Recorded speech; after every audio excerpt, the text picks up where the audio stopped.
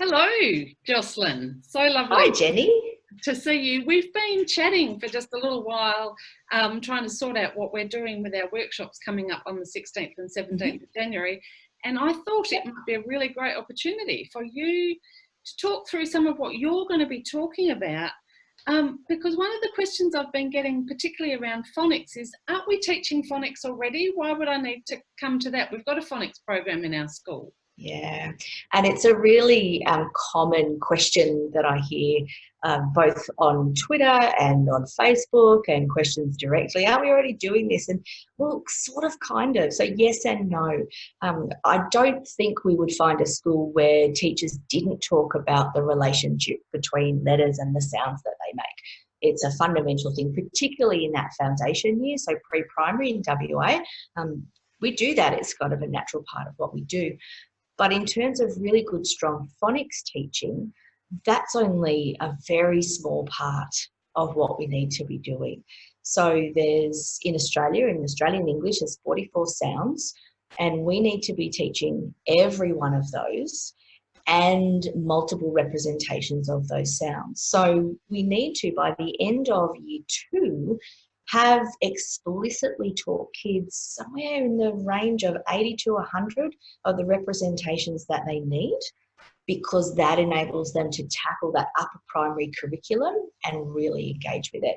So are we teaching the alphabet and the sounds that go with it? Sure, I'll say we are, but we're not always teaching the broader knowledge to children around phonics.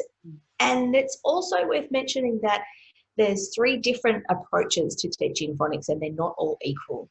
There is one that is an absolute standout, and when you teach in the really systematic way that it talks about, the results are just so much better for kids. It sounds pretty complex. Trying to teach kids how to read. Yeah, it's not. So what are you offering in this workshop that's going to be of benefit to teachers?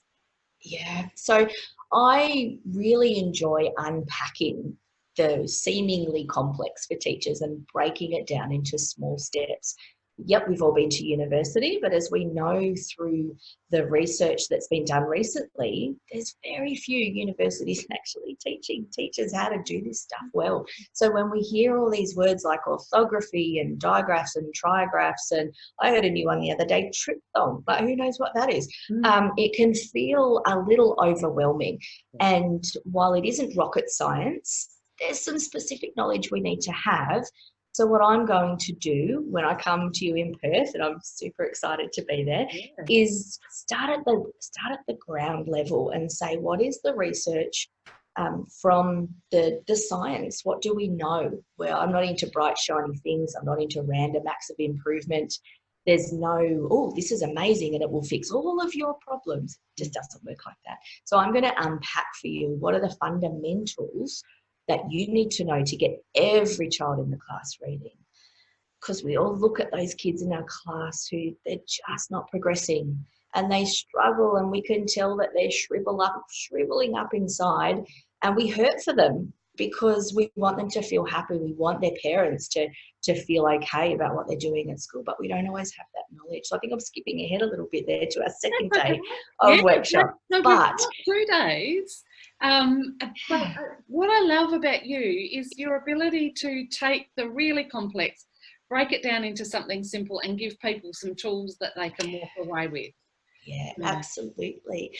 So it's about how do we deliver the strongest tier one. I'm sure many of us have seen that response to intervention model. It's a triangle, and your tier one is your whole class. Then the tier two is the small group, and the tier three is the pointy end. The child might need one-to-one. What we want is a tier one model that teaches just about everybody, because the strongest tier one model possible means that we have a smaller tier two and a minuscule tier three. So that's what we're aiming for, because we're all under-resourced in terms of people. We all know that we're all in that same boat. So one of the tools that I'm going to share with the participants, well, there's a few actually, but one of the main ones is that I've put together a bit of a sequence of teaching letters sounds based on handwriting formation. So I thought, oh, what goes with what, and how do we streamline that process for kids? So for our kids with additional needs who might have motor planning issues or memory challenges, we know that if we can kind of chunk or group knowledge, that makes life a little easier for them rather than chopping and changing. So the sequence I have is around handwriting formation, teaching the sounds. Then I've put together a cumulative list of words so that we're never asking children to practice reading words that have sounds they don't know. But I do want to stress, Jenny, I'm not offering a program. No. That's not what I'm bringing to the workshop. I'm bringing knowledge and understanding and tools that people might use if they want to. There's no, you must use the sequence I'm telling you and you must use the words I'm giving you, because schools will already often have a phonics program chosen. That's a whole school approach. I love a good whole school approach. But any tool is only as good as the knowledge of the person using it.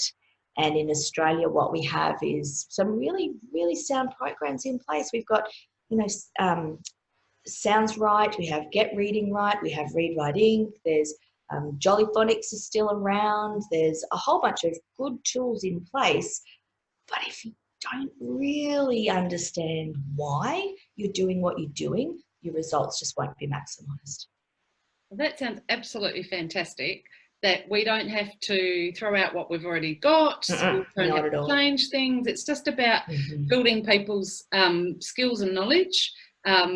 Teachers, young teachers who've been around for a while, and I reckon even some really experienced education assistants who want to understand what goes behind the reading program or the phonics program that's being used. And that's, sorry, I'm cutting you off, Jenny, but that's so important, because I'm really excited to hear you say teaching assistants, because so often, we know that this little poppet or this couple of poppets in our class need the bit of extra.